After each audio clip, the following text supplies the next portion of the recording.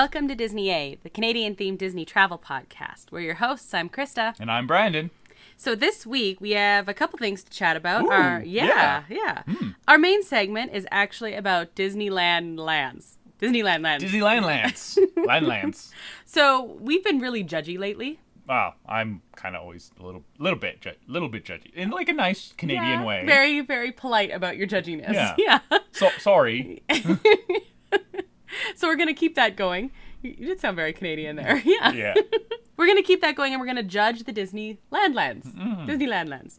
Just, There's more lands than I thought there were. Yes. When we can chat about that. You got a little granular, but that's fine. Yeah. Yeah, I'm excited. That's all right. Yeah. There are 9 lands, and we're going to rank them. We're not talking California Adventures, not the Disneyland Resort, just the original park. Just Disneyland lands. And Okay. then last week, instead of our trivia, we were doing, we were answering some questions that some people had left us. And there was one really good question. It was actually the first question we got, so we've been holding on to it for a couple weeks now. Yes. Much anticipated. Yes, because we thought it deserved a little bit more detail. Yes. So we're going to go a deep dive on Imagineering a Canadian Disneyland. Yes, exactly. Oh. Yeah, so we're going to have we have a few ideas. So Disney, if you're listening, which you're not, but if you were, hire us. We have plans. Yeah, you could put it in like Winnipeg because they don't have anything else there. So. Oh. I mean, you're not wrong. Before we get to any of that, though, a few things we always do top of show. Brandon, what current nerd thing are you into this week? Well, it's probably the nerdiest weekend ever this weekend. It's E3 is going on right now. Right. And So explain what that is. so E3 is the Electronic Entertainment Expo. Right. Hence the three E's. The three E3. E's. Yeah. Yeah. And it's basically the biggest weekend of the year where they announce all the new games that are coming out in the following year. It was canceled last year because of COVID. Of course. So it's the first time that it's been on in a while, and they're talking about games, and it's exciting. And Yay. I'm very excited for the Nintendo press conference. Which is like the last one. It's on Tuesday, Yes. which is tomorrow. Yes. If you're listening to this live on Monday. Right. When it's brand new. Yes. Spanking new. Brand spanking new. And yes, I'm very looking forward to Nintendo, all the stuff that comes out on the Switch, Yes. because that's what time. That's the kind of game that I have time to play these days. Right. Something you can jump on, play for a bit. Yeah. And I'm excited for that one, too, as I've mentioned, maybe occasionally. I'm kind of obsessed with last year's big game, which was, of course, Animal Crossing. So I'm really curious to see what Nintendo does next. Probably nothing to do with Animal Crossing. No, I think they can milk Animal Crossing for a while here before they have to come up with a new one. Yeah. It was quite a few years between New Leaf and New Horizons, so. Yes, and this year's big focus is going to be Zelda. Right. The Zelda franchise is turning 35 this year. Ooh-wee. Yeah, so that'll be fun to watch. Yeah. To watch some coverage of that on Tuesday. My nerd thing was actually something we did last night. Oh. We went. I like how you're like, oh, like you didn't know what we did last night. No, I know, but okay, so I thought maybe you'd do something else for your new thing, but yes, this was good. Oh, okay. I like it. So, well, we're recording this on Saturday, but Friday night there was a like pop-up drive-in movie here in town to celebrate Jurassic Park's anniversary. 28th anniversary. To the day. Yeah. Which I didn't know before we were going, but Right. they announced it there, and I was like, oh, well, I mean, as I said last week, Jurassic Park's one of my favorite movies, Yep. and so we were excited just to go get out of the house and do something Yeah. and watch a movie. And when was the last time I was at a drive-in? I went once. I think I was like 10 or something. Bring drive-ins back. Oh my goodness, yes. So our nearest city, about an hour and a half from us, their like classic movie theater started Second run movies. Yeah, before exactly. the pandemic, they were second run movies.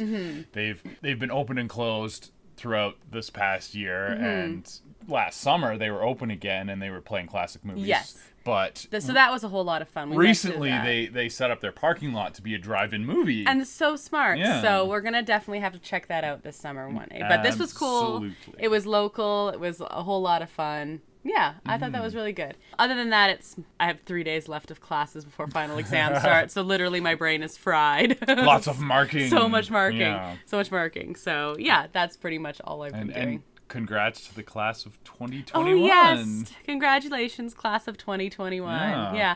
And I actually know a particular student who listens to this whose parents boosted our vehicle at the drive-in last night. Yes. Our battery did die. Literally as the credits started to roll. As the credits were rolling. Yeah, the radio was still going, and you tried to start it, just didn't work. Yeah. But so, yes, thanks to them as well. So congrats, class of 2021. Yeah. Man, I gotta work on a speech. Yeah, it's true. And also you can mark their stuff. Yeah, probably that one second, first. Yeah, that one first. The second part is more important. Speech, you could be like, wear sunscreen. Just play the sunscreen song. That's true. Yeah. And you know what? It's so they're so young. They would know. They wouldn't know it. Yeah. You could just take the lyrics from the sunscreen song and say them, and they would be like, "Whoa, my mind is blown." So all I can think is Bill and Ted's is that awesome adventure when they get to the gates of heaven and they're like, "What is the meaning of life?" Every rose has its thorn, and he does the lyrics. Yes. And they're like, They wouldn't get that reference either. No, they would not. Okay. So also, what are you drinking? I'm just drinking a nice summery Palm Bay something. Just a Palm Bay Zero Blackberry Lemon. Nice. Yeah. Yeah, those are refreshing. I don't particularly like regular Palm Bays, but I like the Palm Bay Zeros. Palm Bay Zero, yeah, no, regular Palm Bays are too sweet for me. So yeah, Palm Bay Zero is nice. They're more like refreshing. And it's a good summer drink. Yeah. So we're into the summer mood. Yes. It was nice and warm today. And yes, and it's been raining, and today was the first warm day in a while. So yeah. How about you? I am drinking a white wine spritz by Good Vines. That sounds also very summery. It is. Yeah. It is. Yeah, and I like white wine spritz, so it's a handy way to do it. You are a little whiny sometimes. This is very true. What did you said you were surprised about my nerd thing. What did you think it was going to be? Animal Crossing again? Yeah, probably. I know. Okay, and this is a big one. We've been having a countdown to Loki. Well, countdown is over because on Wednesday, episode 1 came out. Yeah. Okay, so we're just going to do the same thing we did with WandaVision and Falcon and Winter Soldier. No spoilers. No spoilers, just initial gut reaction. Loki, episode 1. Brandon, what did you think? Well, yeah, I can get on board for this. Right? It's more in the vein of WandaVision, I would say. In it's weird. It's weird, and there's you don't know what's going to happen kind of thing. There's a mystery going on. I think the real star of this episode, though, was the production design. Oh, the production design was very cool. We're going to talk about the Disneyland lands next, and I think Tomorrowland could learn a thing or two from the TVA and Loki. That is 100% a fantastic idea. That's, yeah. And we've mentioned some of the problems with Tomorrowland and what we think they should do, but this is, hey, take notes, peoples. But yes, I'm very excited to see how this season plays out. It was a good stage-setting episode, and I am pleased. Yes, I had a lot of fun with it. I don't think I've heard anything negative, really. Just let's see what happens more than anything. No, I don't think you can say anything more than that. Yeah. I don't know. Exactly. Give you a little taste and see where it goes. All right, so I think that brings us to the news. Disney A News Update. Okay, some random park news mostly this week. So the big one is June 15th is this flashing neon sign important date coming up here. In California. There are going to be some changes to the parks. Basically, June 15th, Governor Newsom has said the tier system that they were doing, done.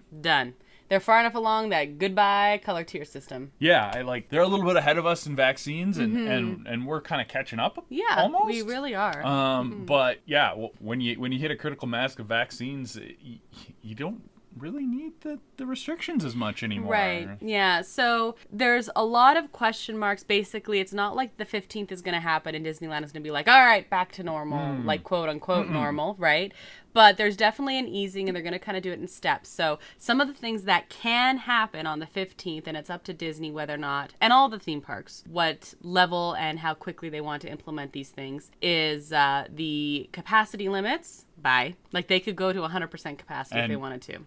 yeah, capacity limits, and along with that, out-of-state visitors. Yes, which we knew that one because out-of-state visitors have been able to book for about a couple weeks now, actually. It would be a shame if they had taken their money and then the state had said no. Oh, that would have been a big messy thing. But yeah, no, they're not walking that back, I don't think. It just said that they recommend that companies require masks except for fully vaccinated people, and it recommends that they check, but it's not requiring they check. Nobody's checking.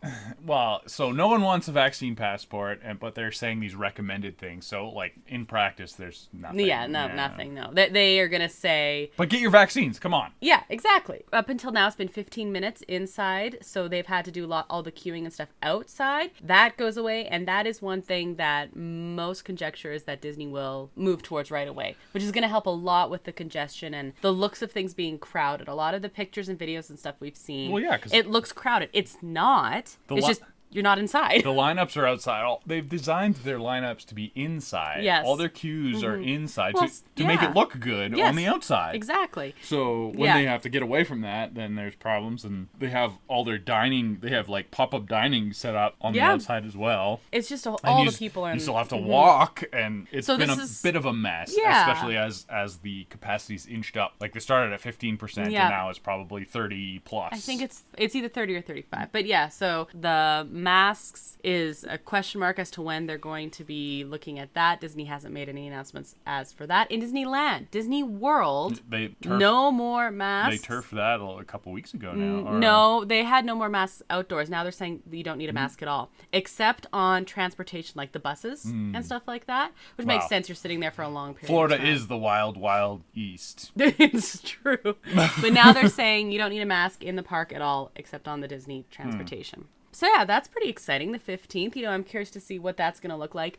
The other thing is, Disneyland, they still don't have the cast members to completely open everything. Well, yeah. So they're not just going to be like, all right, 15th, here we go. They're staff limited, so they're going to be a little slower. The state is going to be a maximum. Yes. And Disney's probably going to lag a little behind that, just because it takes time to spin up something major like a theme park. So, and they want to err on the side of caution while still realizing they don't want to be like way behind. Or anything like that. Well, they want to make money. Exactly, 100%. Yeah. Speaking of cast members and things like that, there are some more Disneyland attractions that are opening like this week. The Golden Zephyr is confirmed that it is going to open on the 15th. Then also there have been cast members that have been doing training for the Tom Sawyer Island raft. So that right now the island is closed. Yeah. So they think that once that training is complete, speaking of bringing in the cast members and stuff, that'll open, as well as the Storybook Land Canal. Nice. Which is actually one of my favorites. It's so underrated. It's just such a cute, fun ride. It's cute and fun, and it's a really good place for the fireworks. It's fantastic. Which also might be booting up pretty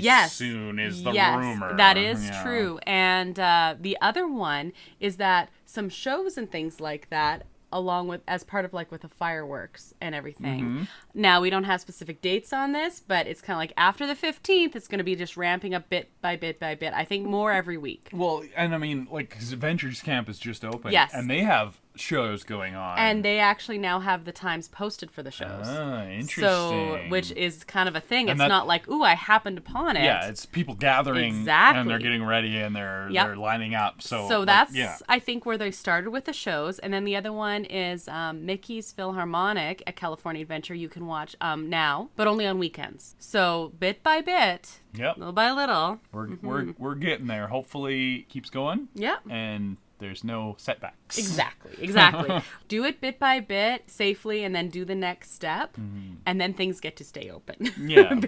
More likely. No yo-yoing. Exactly. That's the worst. We've had a lot of yo-yoing here. Yeah. Speaking as someone who's teaching online, and then teaching in the school, and then teaching online, and then teaching in the school. Reactionary is not good. Yes. Precautionary is better. And Disney tends to be pretty precautionary with this. So I'm optimistic. That's because the dollar speaks very loudly, and yo-yoing is not good for the dollar. That's 100%. One last Disneyland Resort news. Speaking of Avengers Campus and the shows and stuff, there is a new character meet and greet. Now, I don't want to give too many details about this because it has to do with the new Loki show. It's Loki. It's Loki, but it's a different Loki. It's the Loki from the show. From the show. With other side characters with him. And looks amazing. Yeah. It's so exciting.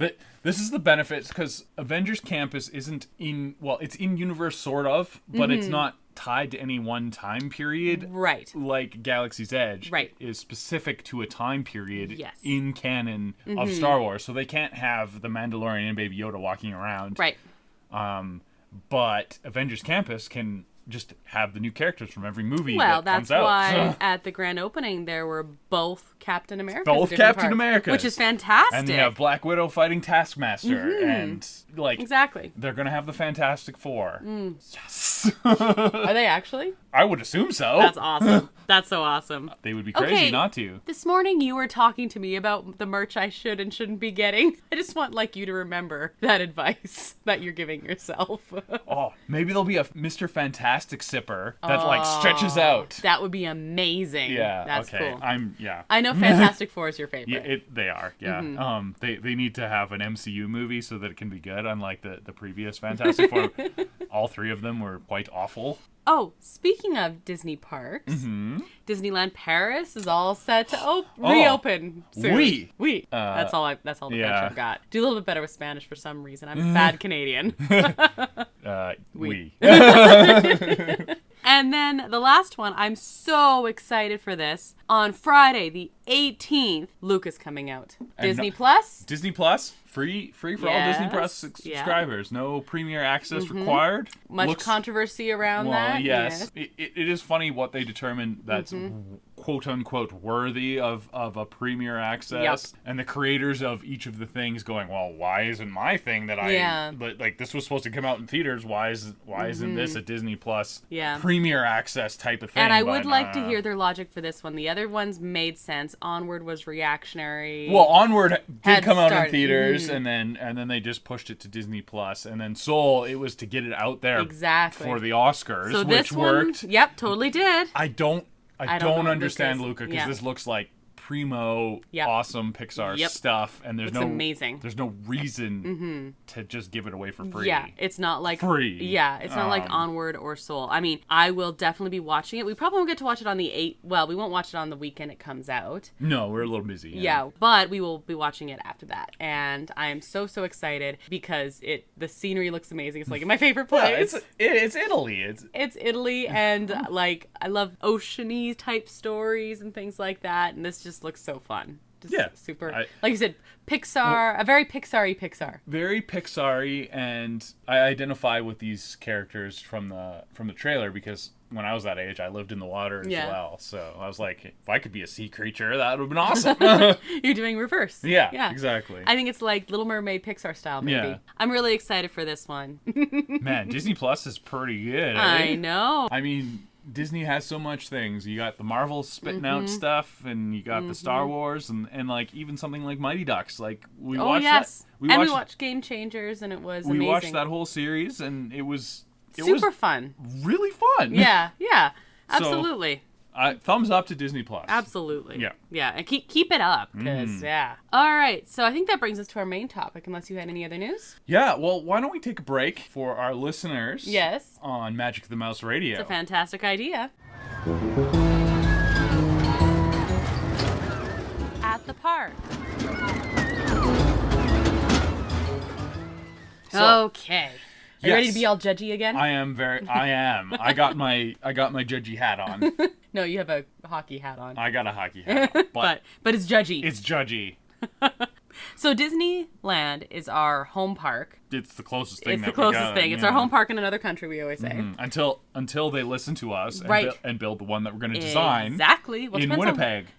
Oh, right. You want to put it in Winnipeg. I don't know about that idea. We'll chat. Okay. Okay, so we thought we'd go worst to best Disneyland land. There are 9 altogether, so we'll just kind of alternate. All right.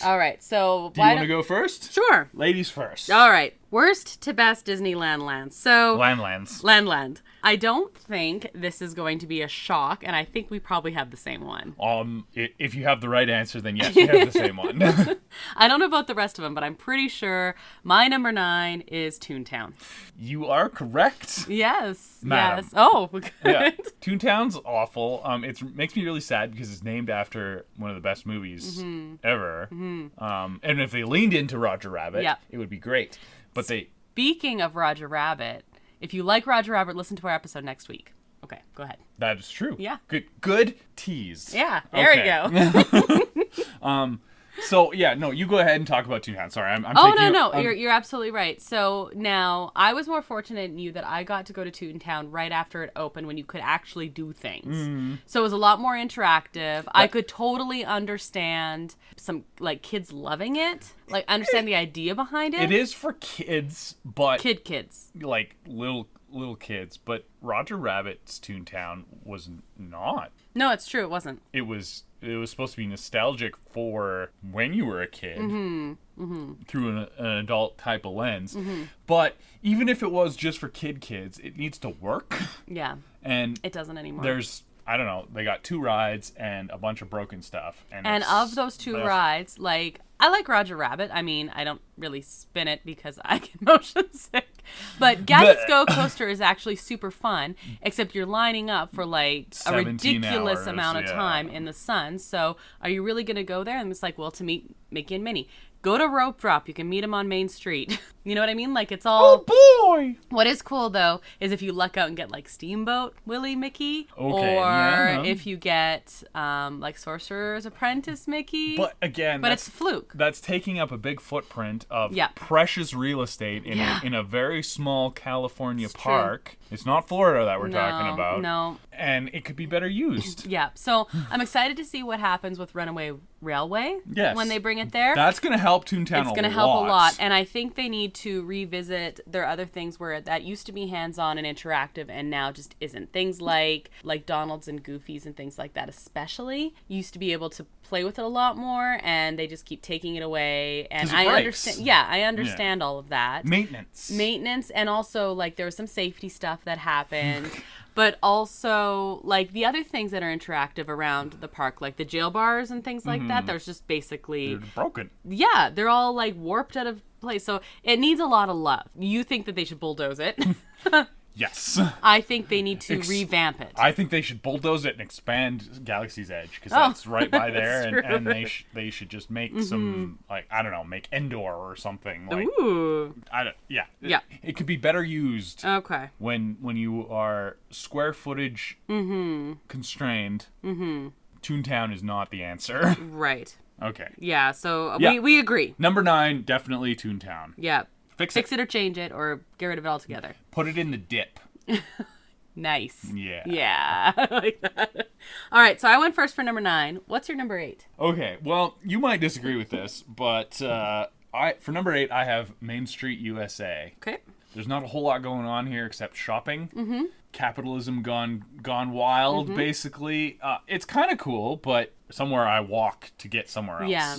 I do like the shopping. I think it's, picturesque and things like that. I don't have it ranked very high. It isn't my number 9, but I don't have it ranked very high. It's my number 8. Yeah. That's what I mean. It's my number 8. Oh, sorry. It's my number 7. Yeah. So it's something you walk down to get to the castle. I like some of the Easter eggs that are there, but yeah, I do too. It's just a little too commercial for me, and I'm not big on the Starbucks or all that sort of thing. So I buzz by it, rope drop. Let's go somewhere else. I'm always surprised. Well, I shouldn't be surprised, but I hear a lot of people who really love, like, the traditional Disney stuff. This is one of their favorite lands. And again, like, it's very picturesque and things like that. You know what I think it might be? We're not American. Well, yes, it is small town USA. Idealized small town USA. Idealized. Like the Main Street vehicles Yeah, that's cool. Are cute, and the big horses and stuff. That's kind of cool. I don't know. Yeah. When I'm there, I'm headed somewhere else. Right. I think I like it. Well, I do like it more than you. I ranked it number 7. Okay, so what's number 8 for you then? Number 8 for me is Tomorrowland. Yeah. So the reason I just want to justify why Main Street USA is above Tomorrowland for me. Okay, but I want to talk about why. What's your favorite ride in Main Street USA? In Main Street USA, favorite ride? Yeah. I'd be like the Main Street vehicles. Okay. Yeah. That's not a ride. No, I understand that. But you're a ride person, whereas I'm a theming person. Right, okay. Yeah, and you know what it is? When you are on Main Street USA, you're walking through it to get somewhere, but it's the first time when you feel those like butterflies, the Disney magic, and then you go and you see the castle at the end. And the partner statue. It's a feeling. Is the partner statue really part of Main Street USA? Yeah. So that's just the main reason why, is because I feel like yay there. Tomorrowland, I actually really like Tomorrowland. I just think it is so in desperate need. I'm gonna get all frozen here. It's in need of a fixer-upper. It is. Yeah. I agree with that. But there's things that are worse for me, for sure. Yeah. I will tell you that my Main Street USA and Tomorrowland for me are almost tied. Yeah. Okay. So... almost tied. And the reason is, so for Tomorrowland, literally the reason it's lower is because it needs help. What's your least favorite thing about Tomorrowland? The theming. The theming. And I'm such a theming person that matters a lot to me. I love Space Mountain. I like Star Tours. And we haven't even been on the new thing, but I feel like if they don't fix it, it's going to go the way of Toontown. I don't think it could ever be as bad as Toontown. Because Space Mountain? Well, I mean, Space Mountain, it's one of the mountains, and it's it's part of the skyline of Disneyland. Yeah, that is true. That building's iconic. No, it totally is. I'll definitely give it that to you. But I'm just saying that, it's there and everything, and I don't want to see things, broken and forgotten, and there's empty stuff now, and it's just, it needs help. Okay. Yeah. It needs help. So that's your number 7. Yeah. Number 7 and number 8 I've kind of talked about now. Yeah. Yeah. Okay. So what's your number 7? This probably won't surprise you, but I went Fantasyland for number 7. It's way higher for me. Well, yes, but you like all that stuff. Yeah, I do. Fantasyland's full of kiddie rides. Yep. The best part of Fantasyland is probably the Matterhorn, which is also in Tomorrowland. Yeah, it's that transitioning. It straddles. Because I like the thrill rides. Yeah. But no, the dark rides in Fantasyland don't really do it for me, and I don't know. Yeah. It's not my cup of tea. Okay. Or my Gaston's beer. I was gonna say your cup of mad tea that spins around. Yeah, exactly. So no, I'm not standing in line for an hour to go on Peter Pan, and I totally will. No. Yeah. I mean, I will enjoy Fantasyland while I'm there, but if I'm ranking it against all these other lands, it's just lower for me because I'm not the target audience, I guess. Yeah, fair enough. So we both done number 7 now. So what is your number 6? My number 6. So, I mean, it's getting a little tougher now. Yeah, it really is.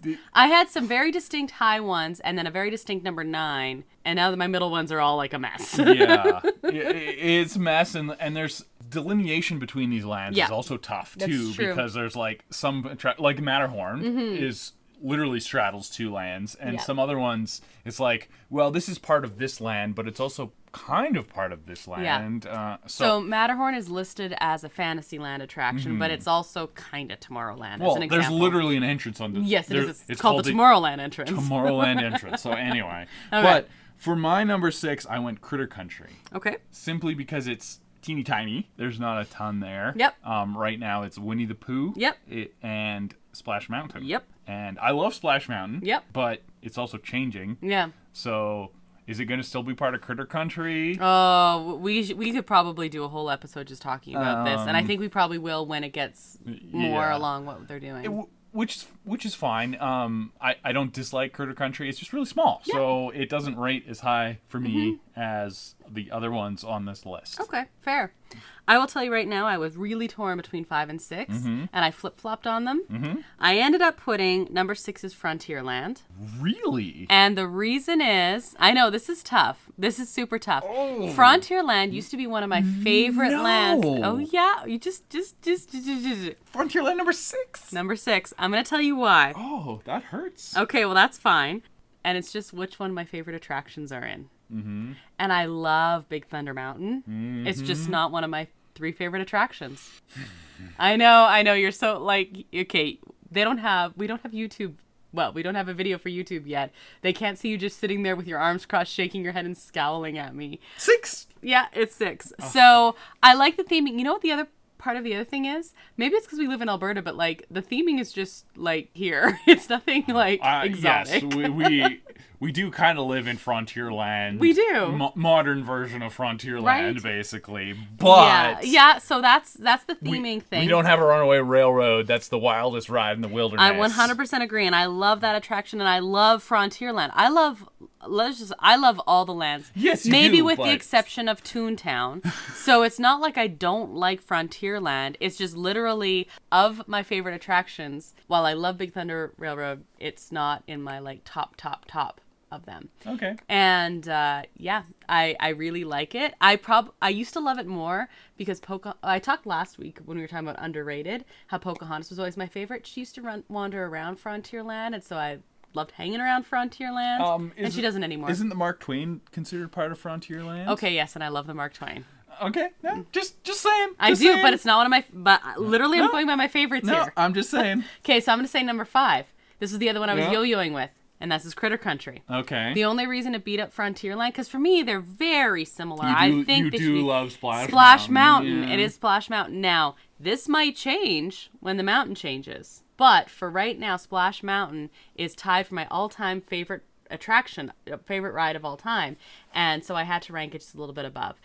It didn't rank top because it is so small. And also, I love Winnie the Pooh, and I love meeting the Winnie the Pooh characters. I think waiting in line to meet the Winnie the Pooh characters works better than waiting in line to meet Mickey and Minnie in Toontown, for sure. I absolutely adore the Winnie the Pooh characters. Amazing, so cute.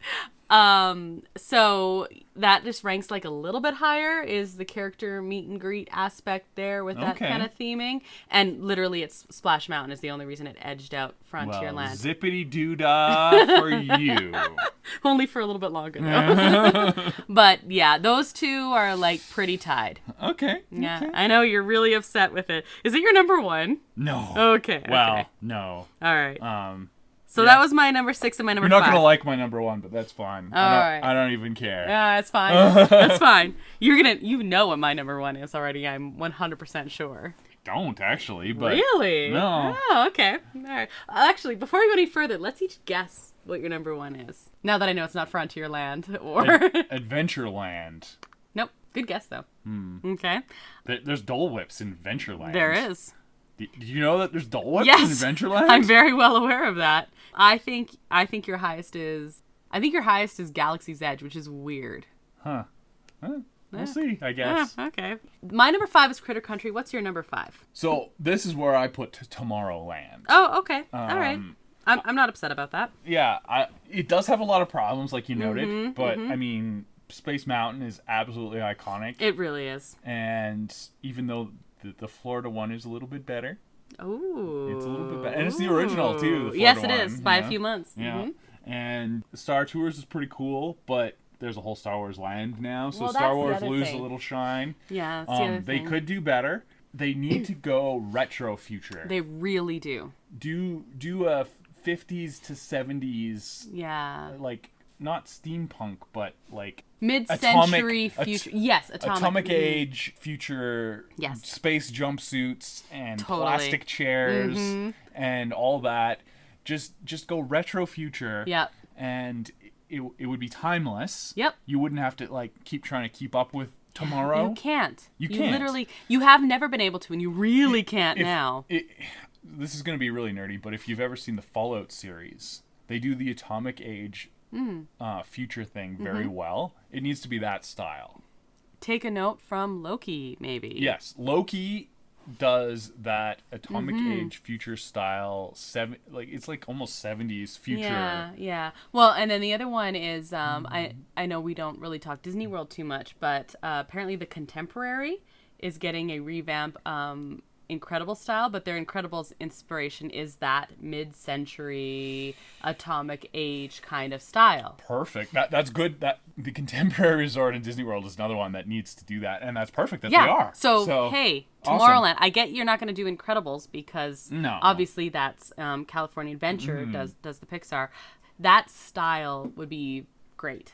Yeah. And I totally agree. Now, they did work on the entrance, which kind of leans into this a little bit more. So that is positive. Retro future. It's simple. Yep. It's simple. Mm-hmm. Yeah, and I think it would make a huge difference. But I love Space Mountain, and it can't be any lower than this because it's one of the better thrill rides in all of Disneyland. All right. Yeah. All right. Cool. So that takes us to your number 4. I did my number 5 before yours, so you have to do your number 4 before me. Go for it. Okay. You're going to be upset with me. Yeah, probably, but that's fine. Okay. I'm going with New Orleans Square for number 4. No. You're wrong. It's tough because it's so small. It has a restaurant. Mm-hmm. A very good restaurant, Blue Bayou. Mm-hmm. It has a couple restaurants, but yeah.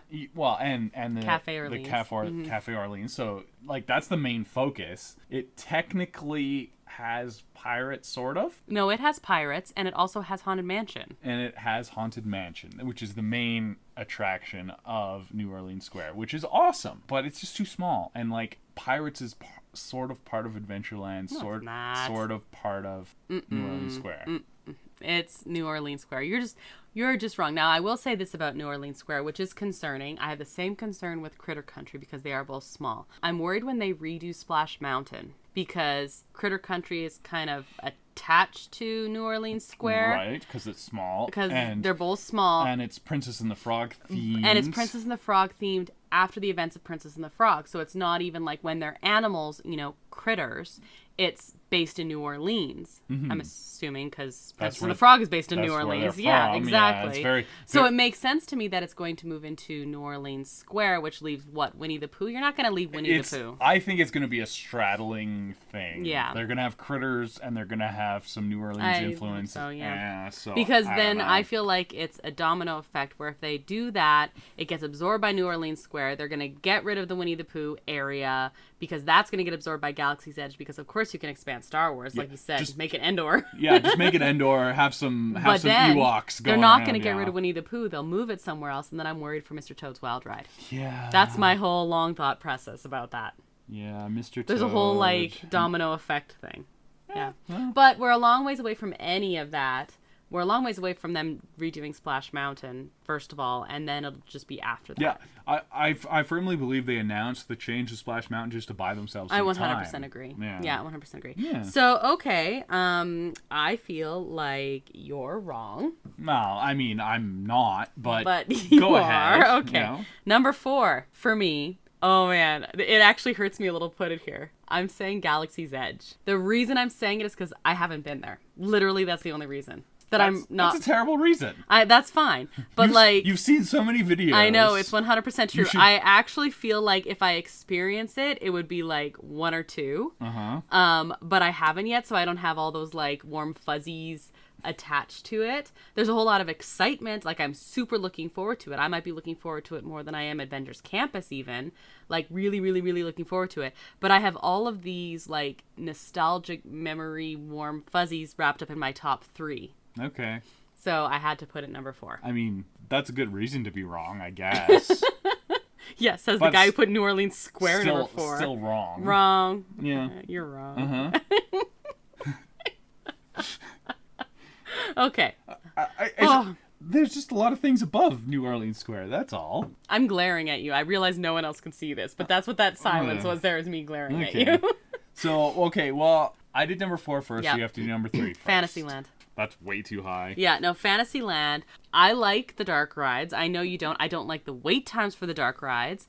it's the castle is part of Fantasyland, and Small World is part of Fantasyland, and well, that's enough of a reason to downrank no Fantasyland. Way, absolutely not. It's a small world after. I will listen to that on repeat all day tomorrow if you don't stop. I love it. Okay, middle of the day, avoid Fantasyland like the plague, basically, because you might catch it from all the children running around screaming. Literally the plague. Literally. Especially these days. Especially right now. But, so that's not super happy getting run over by strollers or anything. But if you go in the morning or you go during fireworks, it's like impossible not to feel like you're 6 years old again. First thing in the morning, I will say, one time we've been in Disneyland together. Yeah, we rope dropped and did like all the dark rides. I think we went and did Matterhorn and then all the dark rides. We went and did Matterhorn when it was still a cuddle ride. Yeah, that's right. Got that in there. And then we did all the Fantasyland rides. Yeah. And you had your fairy wings that I brought you. Yes, I did. I was Tinkerbell. From Comic-Con. Yeah. And it was good in the morning. Yeah, it was fantastic. So you just don't want to be there in the middle of the day. And plus, a lot of the lineups are out in the sun. And they're long, and they don't have fast pass and things like that. So, you definitely want to avoid that. But go around fireworks, go when all the little kiddies go to get their supper and stuff like that, or go first thing in the morning, and it's just so much fun. Like, so much fun. I love it. It makes me so happy. It makes me feel like I'm 6 years old again, but like better than that. Space Mountain is still better. Sorry. You know what it is? Fantasyland ranks so high for me because it has the castle. That's the big one. Well, you can see that from Main Street, though. Yeah, but it's part of It's like eye candy, right? Yeah, it is. Part of Fantasyland. Yeah. All right, that was my number 3. What's your number 3? That's splitting hairs. I had a real troubles with number 2 and number 3. It was kind of like a coin flip issue for me.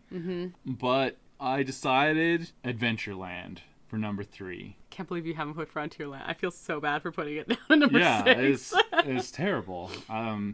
No, Adventureland's really cool. Indiana Jones is an amazing ride. It really is. It's also broken a lot. It's also broken a lot, but that's not the ride's fault. No, it's an amazing ride. Yeah, it's just really cool, and I love the theming of Adventureland. Yeah, that's what I picture as something that, like, if I want to go on an adventure, I want to be Indiana Jones, and I want to go on a jungle cruise, and all that sort of thing. So yeah, no, Adventureland's really cool, but it can't go higher than this, I guess, is what I'm saying. All right. I don't know. Yeah. Okay. I will tell you that I always used to think of Frontier, like way back when, I always thought of Frontierland and Adventureland as like flip-flopping, as like two pretty quintessential even, plus 2 of the original parks. Yeah, they're so close. They're bordering on each other, and they kind of run into each other. So I kind of almost think of them as one and the same. Right. Almost. You can run from Indiana Jones. Well, not run. Don't run in the parks. Don't run. No running. Walk speedily from Indiana Jones to Big Thunder and back and forth without too much.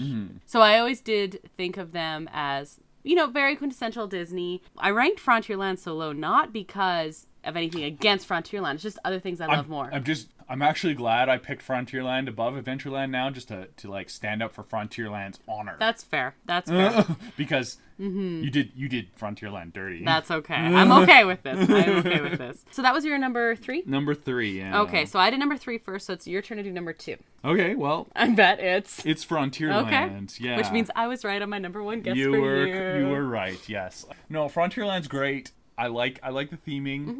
Kind of cool old western is super fun. Yep. Big Thunder is the best thrill ride. Really? In Disneyland. You think so, hey? Well, I haven't been on any of the quote unquote thrill rides in Galaxy's Edge yet, so I don't know. But yeah, Big Thunder's a really good thrill ride. It's better than Matterhorn, it's better than Space Mountain. Splash Mountain is cool, but it's different. Yeah, it is. I would agree that in terms of those thrill rides, for me, it goes, Big Thunder is also above Matterhorn and Space Mountain as far as awesome. And the other thing about Frontierland is it pulls in some of that Disney magic with the Rivers of America. I totally, I wasn't even thinking Mark Twain. Yeah. I kind of feel really bad for putting it so low now. Yes. So I like that aspect as well. So you got the thrill ride and the Disney magic. Yeah, that's pretty good. That's more fun than standing in line for 3 hours for Peter Pan.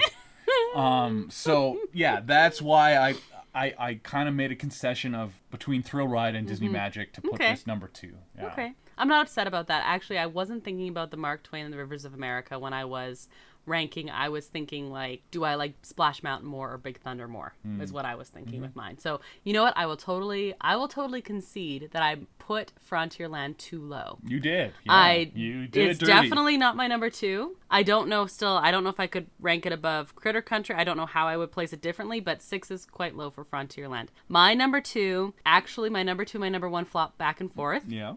But my number 2 is Adventureland. Okay. So you guessed was my number 1, so you weren't far off. It's close, yeah. Dole Whip. Dole Whip. I thought that would seal the deal. Yeah. I literally love every single thing in Adventureland. Literally every single thing.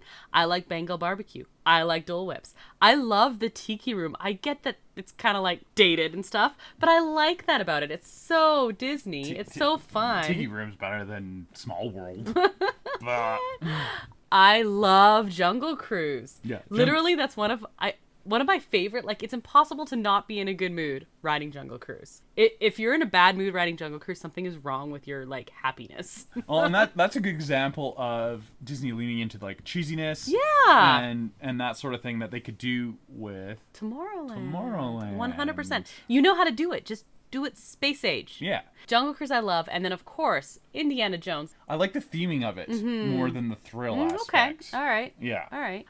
But yes, I love it. Heck, I liked playing with Tarzan's treehouse. And I liked it when it was Swiss Family Robinson. Just as like hey, we got a little time to kill. Let's go do this. There's not a thing in Adventureland I don't like. It's a beautiful place to be at nighttime as well. Galaxy's Edge is probably better, though. Probably, but I wouldn't know that firsthand. So I've seen pictures. I don't know. Yeah, I have too, but I don't know it firsthand. So anyway, that is my number 2. There's literally every single thing I like. Dole Whip, Pineapple Spears. I want to grab one, go sit in Tiki Room, ride the Jungle Cruise while eating one. I'm just...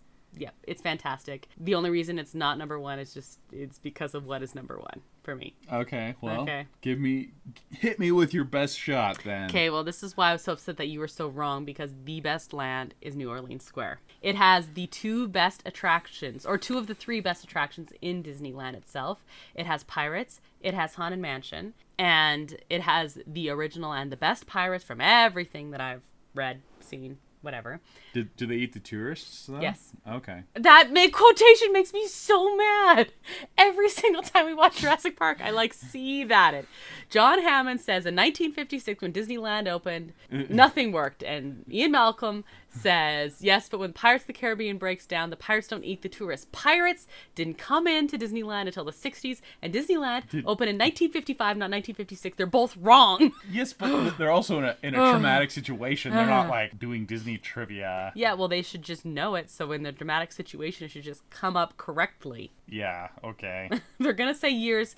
Fact check your years. I'll do some Disney trivia for the next time you almost get eaten by a T-Rex. Deal. If you're going to bring years up, just bring it up correctly. That's all I'm saying. But it's where you get your beignets. It's where you go to Blue Bayou. It's where you get your Monte Cristo. It's where, I haven't had their mint julep, but it is also where you get your mint julep, and I know some people love them, so, It also opens to Rivers of America.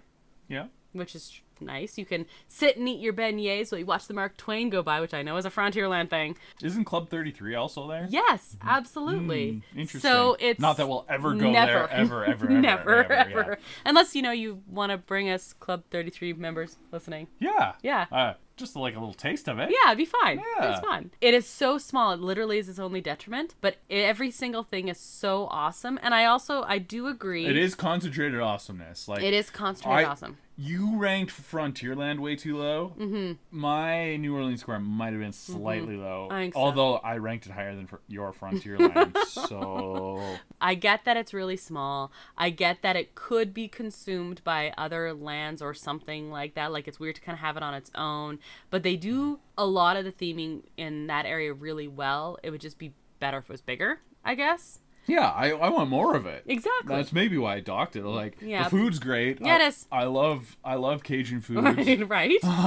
So more of that. But literally the 2 best attractions in Disneyland are in New Orleans Square. Right. Yeah. And they're fantastic even theming. Though Pirates is kind of Adventureland.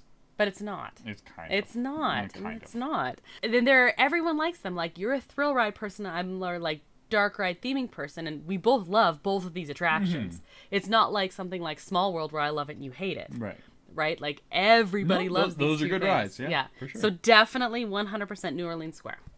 Yeah, it's just the right answer. Can't believe you marked it so low. No, I'm happy with where I put it. You're happy with being wrong. No, okay. No. All right, number 1. Go for it. I was right. You were correct. Star Wars Galaxy's Edge is the best land. It is the most themed and immersive land ever in Disneyland. It's true. It's so much so that they're, in the Disney World version, they're building a hotel where you are literally in character, and then they take you on a planet visiting mission to go see Batuu. As a Star Wars fan, like, growing up, you pretend to be a Jedi or whatever, and hopefully not a Sith. Well, you might want to pretend to be a Sith, whatever. But like, to actually be able to go and you're standing beside the Millennium Falcon and all that, like, it's crazy. It's absolutely crazy. So yeah, no, it has to be number 1 for me, even though we haven't been there yet. Yeah. I'm not angry at this ranking. I'm not surprised at this ranking. Clearly, it's what I thought you would rank it. And I don't disagree with it. I decided I was going to put it in the middle, and I put it just like a little on the higher end of the middle, because, I put New Orleans Square in the higher end of the middle. Yeah, but that's wrong. I couldn't rank it higher. We haven't been there. Don't need to go there to know that it's awesome. What if you're disappointed? I won't be. Eating a Ronto Wrap, hanging out with the Millennium Falcon? It's chewy. I was cool, right? I was cool. What was a YouTube video, and it's like every dad at Disneyland or something like something like that. And they're complaining about everything, and then they're sitting there eating turkey legs, and they were all upset about everything until they go into Galaxy's Edge, and then they're crying and like. My favorite is the pictures of like dads posing with their lightsabers, and the kids come up and they're like, "No, go away." This is my childhood. I will be posing by the Millennium Falcon with my lightsaber. Don't you worry about that. I'm not surprised. Plus, you can get some sweet booze in Olga's true. Cantina. I'm actually super excited to see DJ Rex in Olga's Cantina. Yeah. And so they are expanding the alcohol service in Disneyland. They are. Blue Bayou this is year, now offering alcohol. Or it will when it opens. Well, yes. Yeah. But yeah, it was the first place you could get booze outside of Club 33 in Disneyland. Yep. So that puts it up higher on my list as well. I'm a fan of themed drinks, and I think all the food being themed, all the drinks being themed, it helps a lot of theming. And like I said, once we go, I'm sure this is going to be my number 1 or number 2. Maybe number 3. I'm not annoyed or surprised at this. My warm fuzzies are just anticipation warm fuzzies, and that's good enough for me. So, yep. All right. Number 1 with a bullet or a laser. Pew, pew, pew, pew. Oh, boy. So you missed it? No, I'm not a stormtrooper. Okay. Anything else to add for our ranking other than that you were wrong? You were also wrong. Last week, instead of trivia, we did a Q&A. Yep. I think that went well. I think so. Got to learn a little bit about us. Yeah. Some good questions. Absolutely. And it was like a mix of like Disney type questions and just like, hey, who are you guys? Yeah. Who do you think you are? But there was a question kind of a big deal. No. There was a question we were asked by our friends at Disney Assembled. Yes. And shout out to them. If you haven't listened to them yet, you probably should. Go for it. They're on Magic the Mouse Radio. Exactly. And like everywhere podcasts can be found, they are as well. So yeah. And they asked us to Imagineer a Canadian Disney park. So we're just gonna kind of like spitball here. Hey, Disney, if you want to listen, give us a job. We're sitting in the boardroom. We're giving our elevator pitch. Alrighty. On the Canadian Disney park. Okay, so first of all, what's the first thing that comes to mind when you think we're gonna make a Canadian Disney park? Well, I think first we have to recognize that there is actually a Canadian pavilion in Epcot already. There really is. That's true. So it would have elements of that. Definitely. I think the first thing is you have to get right is the poutine restaurant. 100%. Is it a restaurant or is it little carts throughout? Yeah. So that's a good point. You could have a big poutineery with different types of poutine. But as a street food, poutine works well as well. Yes. So I think you do classic poutine in little carts. Instead of corn dogs or churros or whatever. And then you do a poutineery. Mm-hmm. Yeah. Okay. So what else are your ideas here? Well, I think Mickey needs a new friend. Oh, yeah? You got your different animals, Goofy and Donald the Duck. Well, I think you need Barry the Beaver. Fair. Yeah. Yeah, Barry? Barry. Okay. Yep. That's what I think. So, all right. So he could be the mascot that walks around. He's the Canadian. He's the Canadian Mickey Mouse. Okay, I like it. Yeah. Well, and other parks do have park-themed mascots. Absolutely. Yeah. So that's cool. I'm not angry at Barry. Does he wear a Mountie outfit? He could. Yes. Yes. Well, Mickey has different outfits. That could be one. Lumberjack outfit. Mountie outfit. Yeah. Yes. Mickey could walk around in the Mountie outfit, and Barry could just be a beaver. Yeah. He could wear a shirt and no pants like Donald. I think instead of the different paths going through, you have a highway that says number 1 on it. Mm-hmm. The only road in Canada. It's the only road in Canada. Canada's only road. Oh man, shout out if you got that reference. Yeah. Oh. That's obscure. A little bit. So, and I think that connects all the different lands. Now, I was also thinking, while we were talking Disneyland lands, that a lot of these lands actually could have Canadian variations. Okay. So we talked about how Frontierland basically is like what we live in. Mm-hmm. Like we live in the modern Frontierland. Yeah. So you could have a Canadian Frontierland. Exactly, which is basically Alberta. Alberta, Saskatchewan. And you could have like the Badlands. Exactly, with the hoodoos and things like that. Yeah. And you actually see some hoodoos on Big Thunder Mountain. Mm-hmm. Which we would bring in at Big Thunder Mountain, but it would be going through like dinosaur area because there's a dinosaur depository in Alberta. Yeah, it's one of the biggest fossil places in the world. Exactly. Yeah. So I think and everywhere has like a slightly different version of Big Thunder Mountain. So I think we include Big Thunder Mountain, but we Alberta-ize it. Alberta-ize it. Okay. Yeah. So lean into the dinosaurs. Okay. So along those same lines, I think you could have a Matterhorn style ride. Okay. Kind of like Matterhorn or Expedition Everest. Oh, yeah. But have it be Rocky Mountains. Absolutely. Which is also kind of Alberta, but also in BC. Yes, it's on the Alberta-BC border. Big mountains we got here. Yep. And we live near them. Yes. I'm looking at one right now. Yes, it's out of But yeah, I think that would be good. Thrill ride? Yeah. Mm-hmm. Okay. Definitely thrill ride, yes. So I also think, while you were mentioning Barry the Beaver, not the best Disney movie ever made, but it is the Canadian Disney movie ever made. We got to bring in Brother Bear. You would probably have to. Yeah, we got to bring in a Brother Bear kind of like meet and greet kind of thing. The Bob and Doug McKenzie moose. Exactly. And I think they'd actually have really fun character interactions. Yeah, well, it's much along the same lines as the Wicked Stepsisters. Exactly. You could have a really, really fun character interactions. So I think there should be like an area, obviously moose aren't, well, I mean, here they are, but Bob and Doug moose are not wandering around the whole parks. So they're going to have like a little area pavilion for a meet and greet for them. Kind of puppeteering, almost similar to how they do the Raptors at Universal. You could have a full moose puppet. Mm-hmm, exactly. That talks, though. Mm-hmm. Yeah. No, I like that. That's good. Yep. So we got to bring in the Canadian nod here, for sure. Yep. And that does take place in Canada, technically. Mm-hmm. Okay, so we're not going on safaris or anything here, but we do have a rainforest area in BC. So I think our Adventureland is going to have a lot of nods to that. Okay, so are we going to do a BC Ferries jungle cruise? I love it. So that's fantastic. Old growth forest cruise. I hadn't thought about that, but I really enjoy it because one of the things I like when different parks have different attractions, but I like when you have your classics and you have them reimagined slightly. Okay, yeah. So I think this is how we do it. Instead of angry hippos, you could have like orcas or something. Exactly. Okay. So BC Ferries. That's cool. Yeah. So not just like rivers, more obviously. Mm-hmm. Yeah. So I think this is a cool plan. Okay. So we have our Adventureland. Mm-hmm. We have a Frontierland. Mm-hmm. What else are we including? Okay. So this might seem a little silly, but it's playing off something that's very Canadian. Okay. Pirates of the Caribbean. Mm-hmm. I'm thinking we should have a Last Saskatchewan Pirates. Oh my goodness, that's amazing. Ride. It's a very fun Canadian song.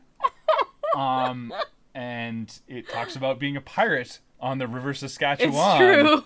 That is amazing. I think you could have the song playing, and you could be going down the river and stealing wheat and barley. And all the other grains. And if you haven't heard the song, look it up. Yes. It's also, there are 2 versions we recommend. The original is by Captain Tractor, and then a band called Arrogant Worms, which is incredibly Canadian. They actually, if you want to hear Canadians make fun of Canada. They're both incredibly Canadian. Well, okay, that's very true. But they have a lot of songs like, I'm Canadian.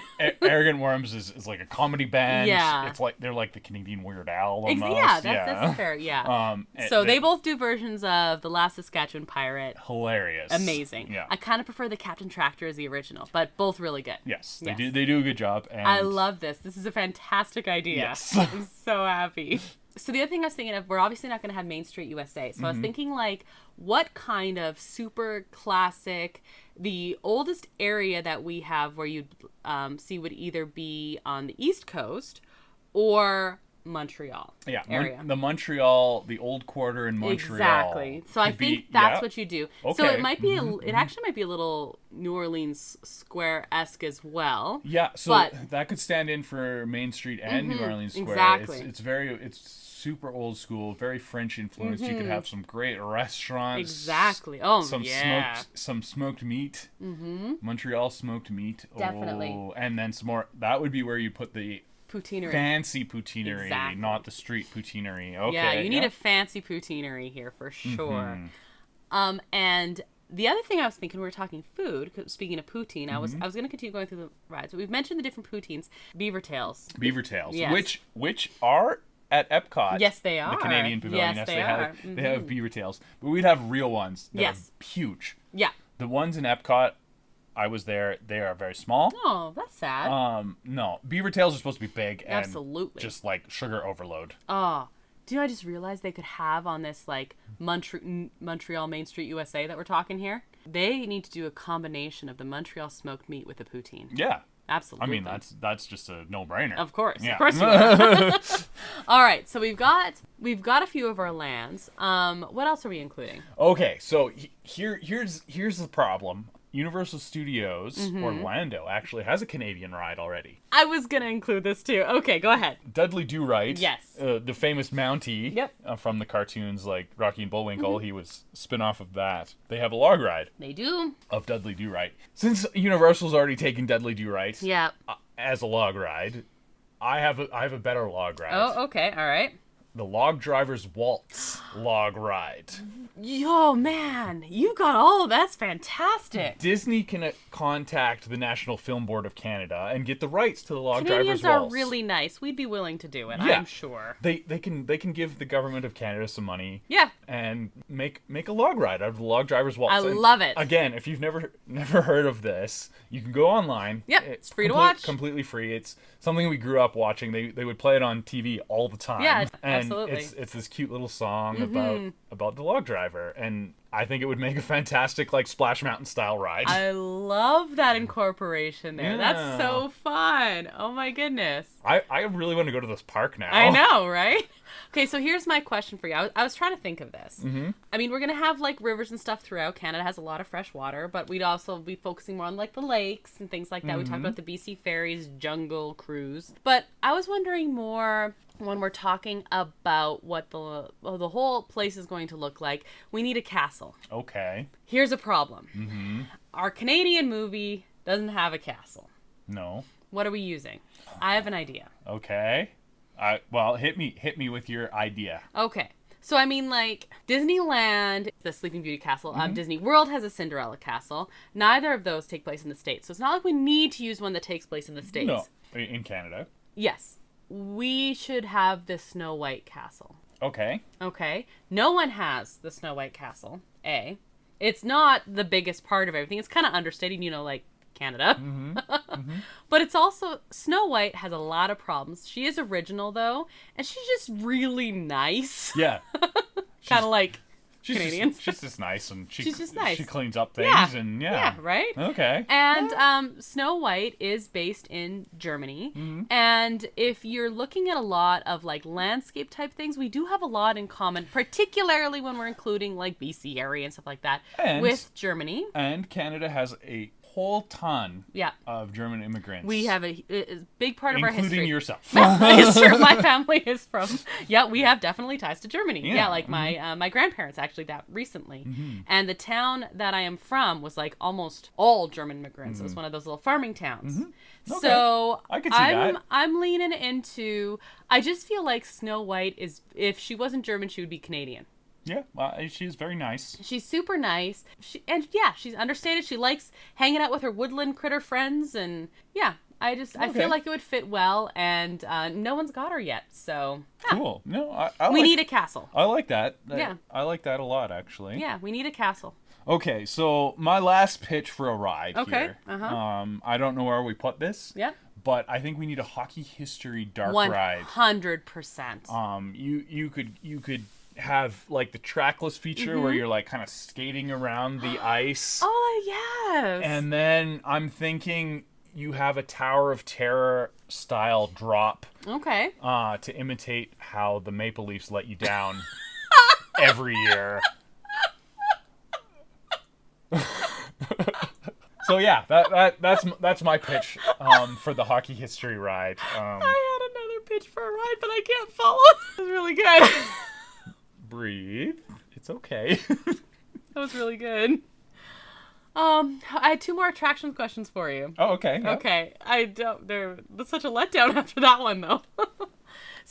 Or ideas. You mentioned hockey, and I did agree we needed a hockey attraction. Mine, I didn't have an idea for it, just that we needed a hockey attraction. Yours is brilliant.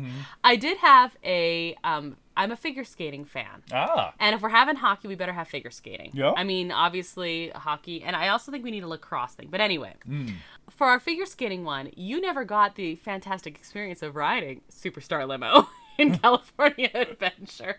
But the idea was as like a little, you're running through and you're late for something. And I was like, let's take that idea, but make it not suck. Yeah. Low bar, but okay. Okay, all right. So we're going to have a mini roller coaster. Not Minnie Mouse. No. Minnie as in small. Minnie as in small. Yeah, exactly. Yeah. Like a family roller coaster, a family coaster.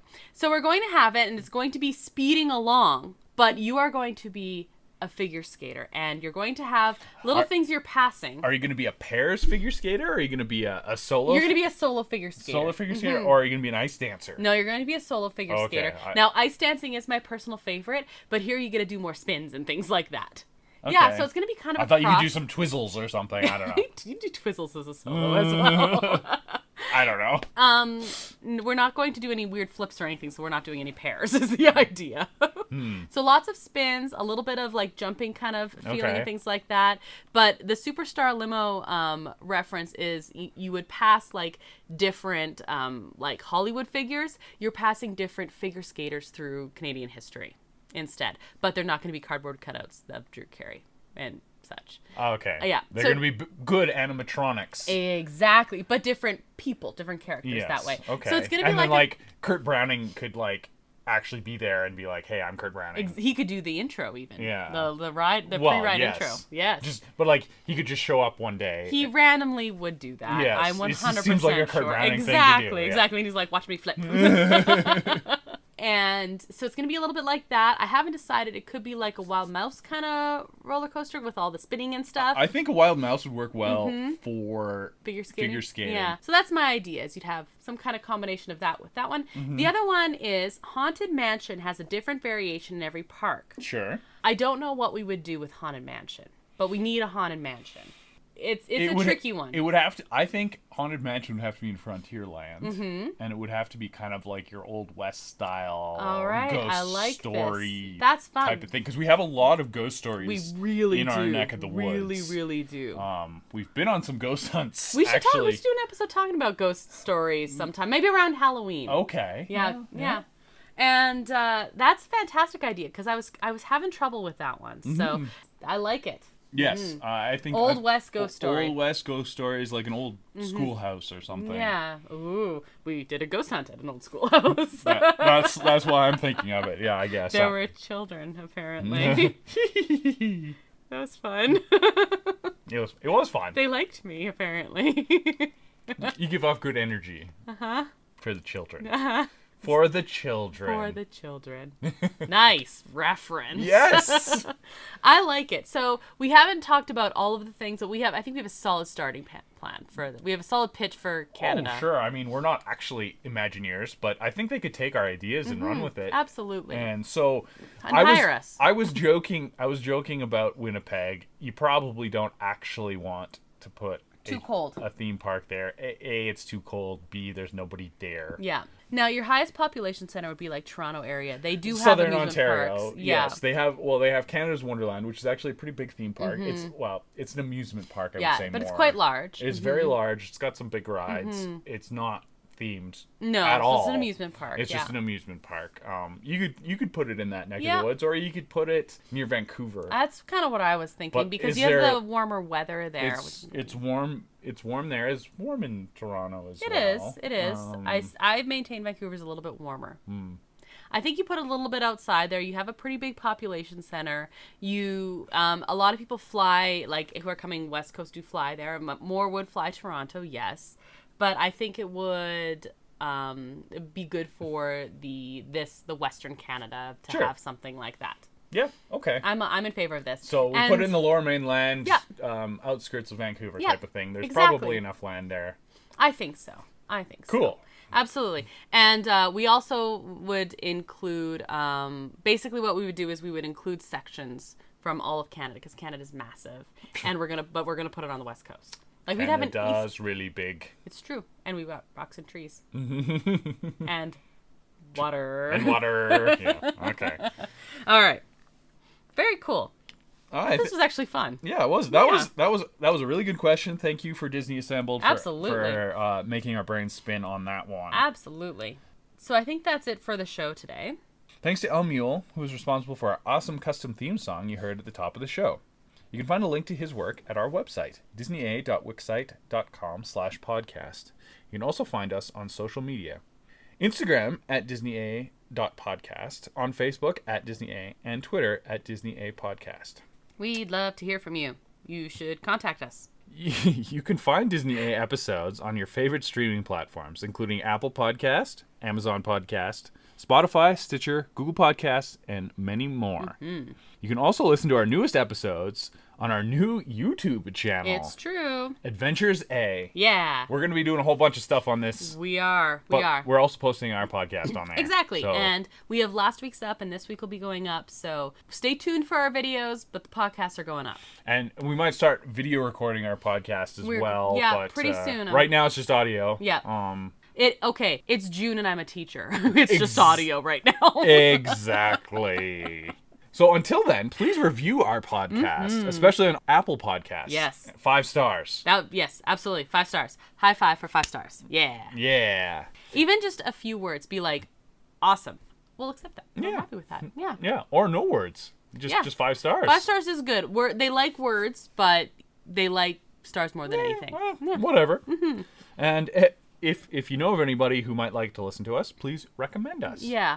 It's hard for people to find us if you don't review us. Yeah, word of mouth. It's a good way to go. Word of mouth is good, and the reviews are good for those old algorithms. Exactly. It only takes you a couple minutes, but it helps us out more than you would expect. Exactly. You can also listen to Disney A episodes on Magic the Mouse Radio, Mondays, Wednesdays, and Fridays at 3:30 p.m. Eastern. You can listen to Magic the Mouse Radio on Live 365, MyTuner Radio, Radio Garden, and other radio station apps. You can also listen to sounds and music of Disneyland on Magic the Mouse Radio. Yeah. Introduced and hosted by us. Yay! So join us next week when we continue our Decades episodes. Yep. This time, we're going to talk about the Magic 80s, which is a pretty great decade. It's true. I think the 80s were an awesome decade, particularly like mid-80s, like 85. 85? Yeah, that was a good year. Yeah, it's a great year. A lot of awesome came out in 85. We were born in 85. In case you can figure that out. We were both born in 85. But yeah, no, there's a lot of cool stuff in the 80s. And it was the beginning of the Disney Renaissance. Yeah, it was. Yeah. It was also the beginning of the Disney downfall that led to the Renaissance. Yeah, but that too. The 80s were a busy decade. Yeah. So you're definitely going to want to tune in for that one. So I'm Krysta. And I'm Brandon. And until that next adventure, TTFN, ta-ta. Thanks for listening. to Disney, eh?